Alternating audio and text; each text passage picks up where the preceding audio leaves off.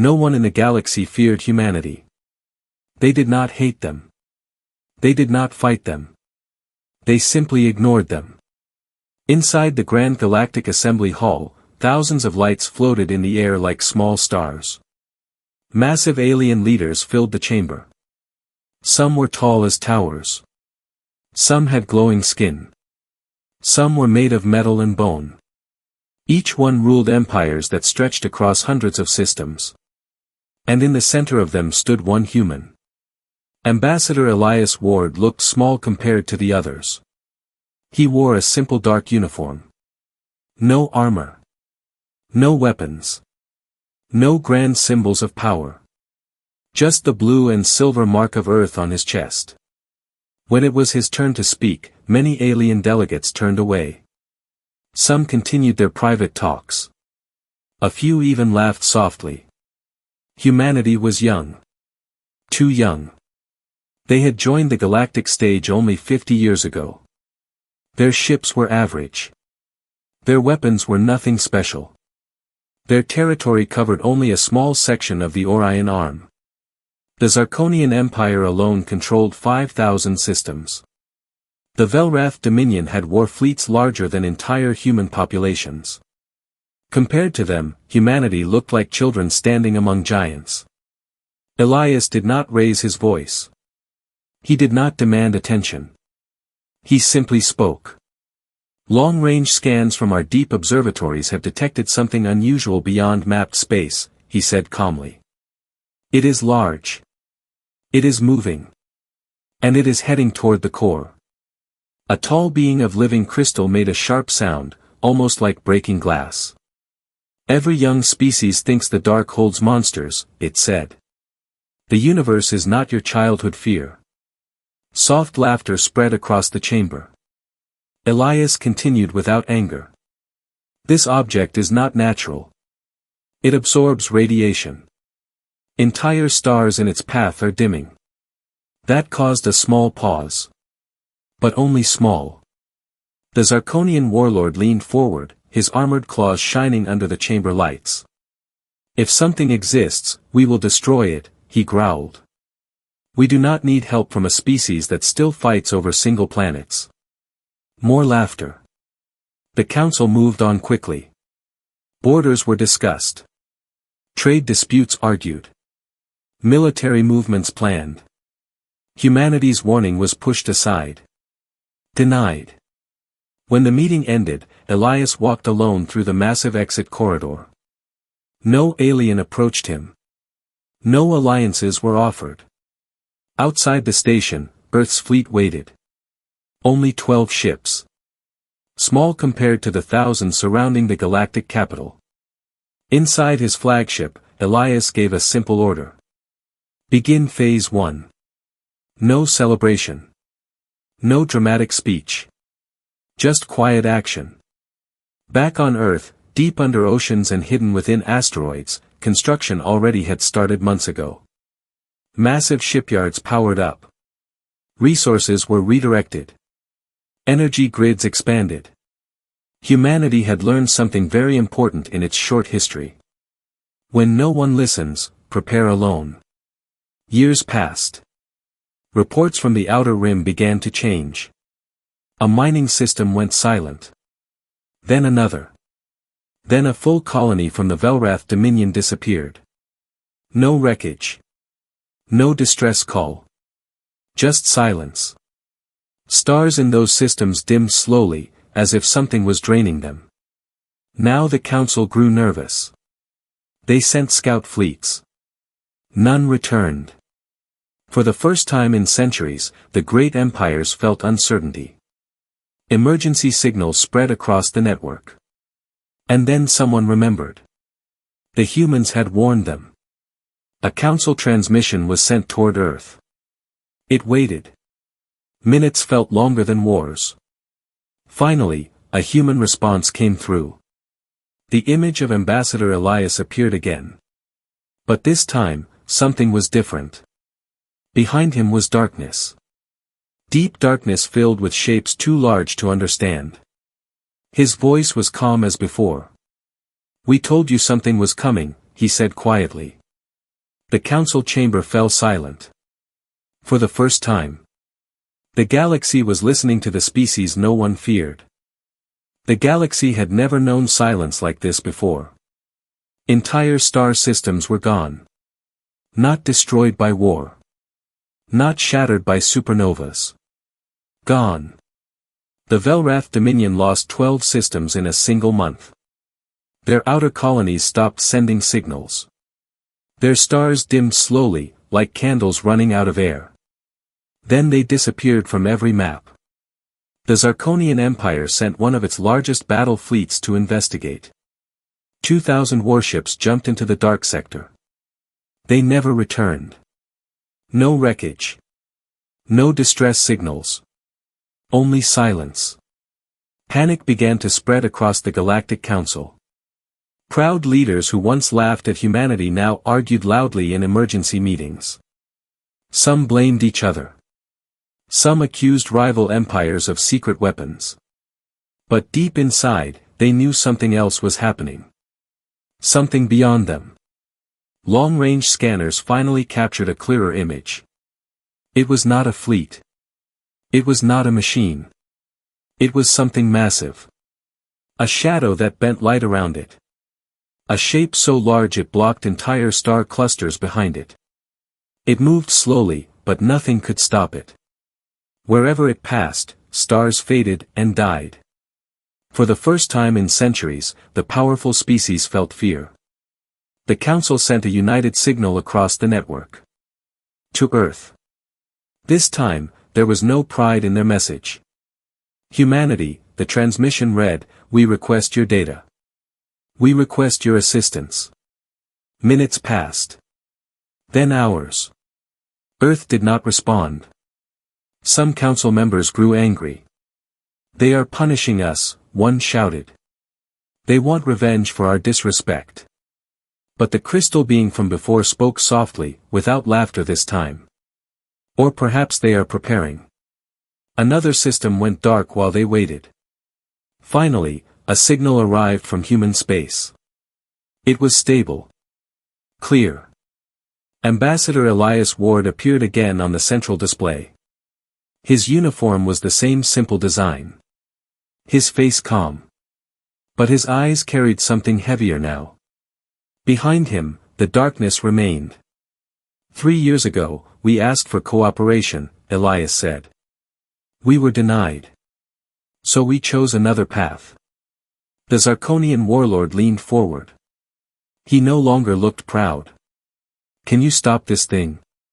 Elias paused. "We do not know if it can be stopped," he answered honestly. "But we built something that can stand against it." Murmurs filled the chamber. "You," one alien whispered. "Your territory is smaller than a minor empire." Elias did not react to the insult. "You see our territory on your maps," he said quietly. "But you do not see what we built inside it." The screen behind him shifted slightly. For a brief second, shapes became clearer. Huge. Unimaginably huge. Metal structures floating in darkness. So large they looked like small moons. Gasps filled the chamber. "What are those?" the Velrath leader asked. Elias looked directly into the council cameras. "They are not fleets," he said. "They are not stations." A pause. "They are guardians." Before anyone could ask more, alarms suddenly echoed across the council station. The shadow had reached another major system. Live feeds appeared across every screen. A fully populated trade world was being swallowed by darkness. The star at its center flickered violently as if something was draining it from the inside. Ships fired at the shadow. Their weapons vanished into it like sparks in deep water. Nothing slowed it. Fear filled the chamber. "Humanity," the council leader said quickly, "if you have weapons, now is the time." Elias nodded once. "We agree." The transmission ended. Across the galaxy, sensors exploded with readings. Massive gravitational waves rippled outward from human territory. Energy spikes rose higher than anything ever recorded. Three objects began moving. They were not small. They were not normal warships. Each one carried the mass of a world. And as they entered faster-than-light travel, entire sections of space trembled. In the council chamber, no one spoke. For the first time, the great empires were not waiting for their own fleets. They were waiting for humanity. The species they once ignored. The species they never feared. And now, the only species moving toward the darkness. The galaxy felt them before it saw them. Space itself trembled.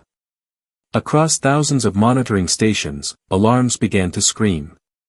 Gravity readings spiked beyond safe limits. Navigation systems failed for a few seconds. Even ancient star maps flickered as if reality itself was unstable. Then they arrived. Three massive shapes dropped out of faster-than-light travel near the dying Velrath system. For a moment, no one understood what they were seeing. They were not fleets. They were not stations. They were worlds made of metal. Each human warship was the size of a small planet. Their surfaces were layered with shining cities, shield generators, defense towers, and endless rows of weapon systems. Artificial oceans shimmered under protective domes. Entire ecosystems were visible across their curved hulls. They did not look like ships built for war alone. They looked like moving civilizations. The Velrath observers watching from a distant outpost went silent. One of them whispered, How long were they building this? The first Atlas-class warship moved forward slowly. It did not rush. It did not fire. It simply positioned itself between the dying star and the approaching shadow. The enemy was visible now. It was worse than expected. The darkness twisted like living smoke, but inside it were shapes, massive structures like bones or ancient machines. It was not only alive. It was old. Older than any empire in the council. As the Atlas ship blocked its path, the shadow reacted. Tendrils of black energy stretched outward and struck the human vessel. The galaxy held its breath. The impact should have destroyed anything. Instead, the Atlas-class warship's shields flared bright blue. Waves of energy rolled across its surface like water against rock. It did not move. It did not retreat. Deep inside the human command center, officers stood calmly at their stations. No panic. No shouting. They had trained for this moment for years. Charge primary core, the human commander ordered. Energy began to build at the center of the massive ship. But it was not like normal weapons. This energy felt different. Denser. Brighter. Observers across the galaxy increased magnification on their scanners. At the front of the Atlas, a circular structure opened slowly. Inside it, a glowing sphere began to form. It looked like a star being born. The shadow sensed the threat. It expanded, growing larger, darker. The light around it bent and twisted. Smaller defense fleets from different empires fired everything they had. Their attacks vanished into the darkness again. The Atlas ignored them all. Primary core at 90%, a human officer reported. The commander gave a single nod. Fire. The newborn star erupted forward. A beam of pure stellar energy cut through space and struck the heart of the shadow. For the first time, the darkness reacted violently. The shadow did not simply absorb the attack. It screamed. Not with sound, but with distortion. Space bent sharply. Shockwaves tore through nearby asteroids.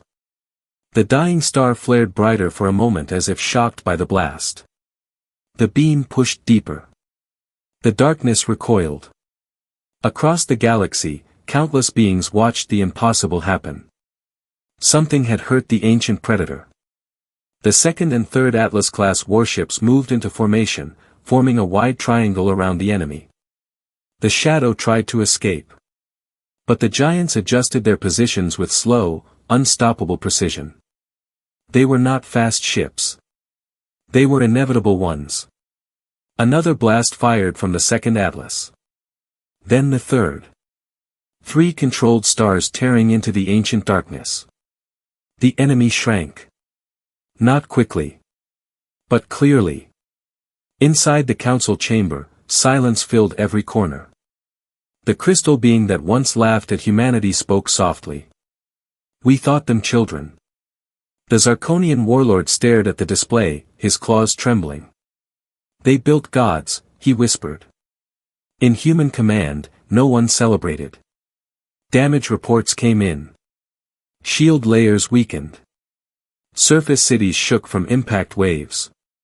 But the Atlas ships endured. They had not been built for glory. They had been built for survival. And for the first time in galactic history, the oldest nightmare in the dark had met something prepared for it. Humanity had not asked for respect. They had built power instead. The battle did not end after the first strikes. The shadow pulled back, but it did not flee. It changed. The darkness twisted inward, shrinking into a denser shape. Its surface hardened like black crystal. Massive spikes formed around it, glowing with stolen stellar energy. It was learning. Inside the Atlas command centers, human officers studied every movement. It adapts, one scientist said quietly. Everything does, the commander replied. That is why we built 3. The 3 planet-sized warships adjusted formation. Their positions shifted carefully, forming a perfect triangle around the enemy. Between them, invisible lines of energy began to connect. Across the galaxy, alien scientists watched in shock. They were not only seeing powerful weapons. They were seeing planning, deep, patient planning. Years ago, when humanity's warning had been ignored, Earth's leaders made a decision. They would never beg again. Hidden shipyards were built inside gas giants.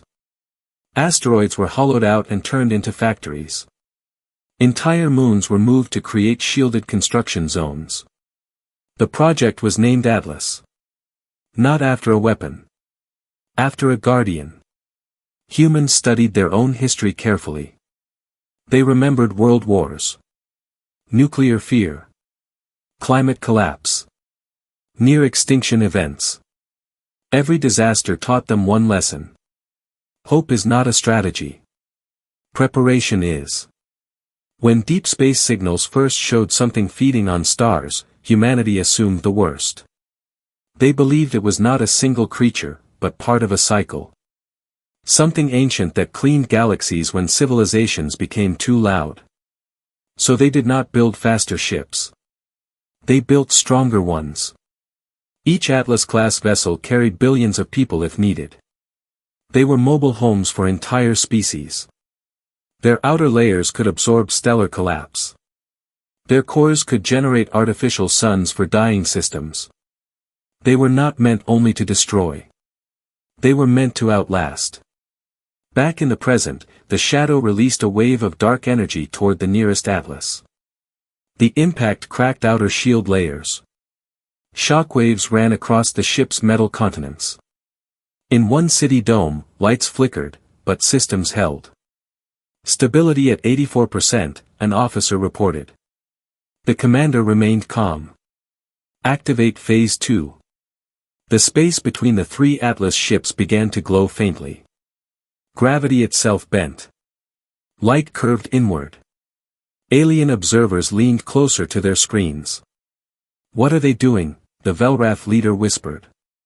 Inside the triangle, space thickened like invisible glass. The shadow tried to move, but its edges slowed. Human scientists had discovered something during early research. The ancient entity fed on stars. But it also relied on movement between them. So humanity built something to trap movement itself. The gravity field strengthened. The shadow lashed outward violently, slamming into invisible walls. For the first time, it was contained. Across the council chamber, silence turned into awe. The Zarkonian warlord spoke softly. They are not attacking blindly. They studied it. Inside the Atlas ships, massive core generators began charging again. But this time, it was different. They were not preparing single beams. They were linking. The three artificial star cores synchronized, their energy patterns matching perfectly. A combined strike. But it required time. And endurance. The shadow, realizing danger, condensed further. It began pulling energy from the trapped dying star, draining it faster to break free. The human commander looked at the tactical display. If that star collapses, the system dies, an officer warned. The commander nodded once. Then we give it another. Within seconds, the third Atlas diverted energy. Its core shifted output, sending a controlled stream into the dying star. Across the galaxy, beings watched in disbelief. Humans were not just fighting the predator. They were saving its prey while doing it. The star brightened again, stabilized by artificial fusion support. The shadow thrashed, but the gravity prison tightened. The combined cores reached full charge. On every Atlas bridge, one command echoed. For survival. 3 stars fired as one. The beam did not simply strike. It engulfed. The trapped darkness had nowhere to run. And for the first time in countless ages, the hunter faced extinction. The combined beam did not fade quickly. It burned. It held. 3 artificial stars pouring their full power into the trapped darkness.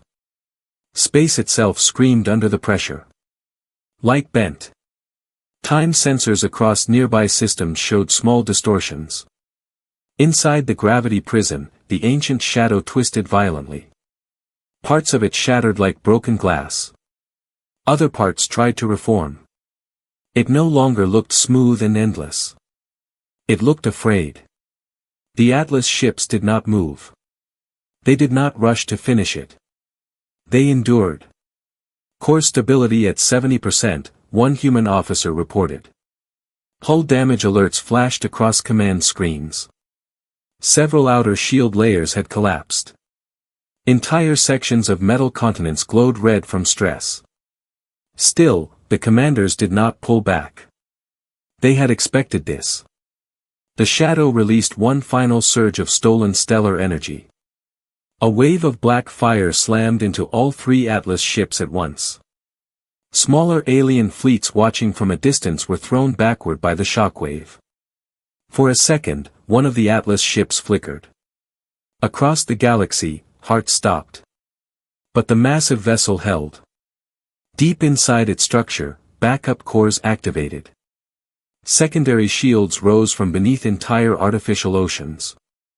Cities powered down to feed energy into defense grids. Billions of human civilians remained calm inside protected habitats. They had trained for emergency protocol for years. They trusted the guardians built around them. Gravity prison holding, a scientist confirmed. The shadow began to crack fully now. Pieces broke apart and dissolved into dust-like energy. It tried to escape through tiny fractures in space, but the triangle formation closed tighter. Final phase ready, the commander said quietly. There was no cheering. No dramatic music. Just breath held in thousands of command stations across 3 planet-sized ships. The order was given. The 3 cores pulsed one last time, perfectly synchronized. A flash brighter than any supernova exploded outward. Observers across the galaxy shielded their sensors. When the light faded, the darkness was gone. Not retreating. Not hiding. Gone. Only scattered particles of dead energy drifted where the ancient predator had once existed. For a long moment, no one spoke. Then reports began arriving. The dying star in the Velrath system stabilized fully. Frozen outer planets slowly warmed again under controlled support from Atlas generators. Other threatened systems reported no further dark signals. The ancient cycle had ended. Inside the Galactic Council chamber, silence turned into something new. Respect. A unified transmission was sent to humanity. This time, every leader stood. No one laughed. Ambassador Elias Ward appeared once more on the main display. Behind him, the 3 Atlas-class warships floated proudly, their surfaces scarred but intact. "You have saved us all," the council leader said openly. "We misjudged your kind." Elias looked at them calmly. "You did not fear us," he replied. "That was never the problem." He paused, letting his words settle. "You believed survival was guaranteed because you were powerful." The chamber remained silent. "Humanity survived because we always believed we might not." He did not demand payment. He did not request territory. Instead, he made a simple offer. The Atlas vessels will remain active. Not as weapons over you, but as shields beside you. We will share what we have learned. We will build together. But we will never again wait for permission to protect ourselves. One by one, alien leaders bowed their heads. The crystal being that once laughed spoke softly. "The galaxy changes today." Elias gave a small nod. "Yes," he agreed. "It does." From that day forward, maps of galactic power were rewritten. Humanity was no longer the smallest voice in the hull. They were not conquerors. They were not rulers. They were something far stronger. They were the species that prepared in silence. The species that built guardians instead of excuses. And whenever distant stars flicker strangely now, the galaxy does not panic alone. Because somewhere in the dark, 3 planet-sized warships still stand watch. Not feared, but respected.